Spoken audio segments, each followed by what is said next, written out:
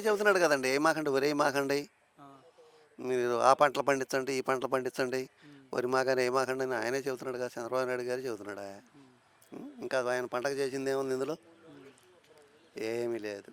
అసలు అలాంటిది ఏమి లేదండి ఆయన. హ్మ్. జగన్మోహన్ రెడ్డి గారు కుంభకోణాలు చేశాడు అనేది అంటా ఉన్నారు. దీన్ని ఎలా చూస్తారు? జగన్ గారి హయాంలో కుంభకోణం అనేది అసంభవం. హ్మ్. ఎప్పుడు జరిగింది పలాంది అప్పుడు జరిగింది చెప్పమనండి వాళ్ళని. ఇక కాకపోతే నిందా ఈ హ్మ్. గుడ్డ చించటం మీద వేసేయటం, హ్మ్. అంతేగాని హ్మ్.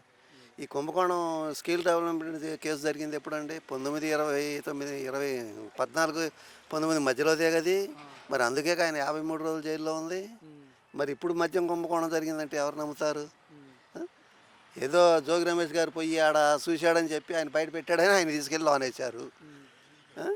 శివరెడ్డి భాస్కర్ రెడ్డి గారిని అందరూ అలాంటి అలాంటి పెద్ద పెద్ద నాయకుల్ని. ఆ! ఉం? ఏముంది అంతా ఉత్త మాటలు. వాళ్ళు చేసేదంతా అంబక్కవు.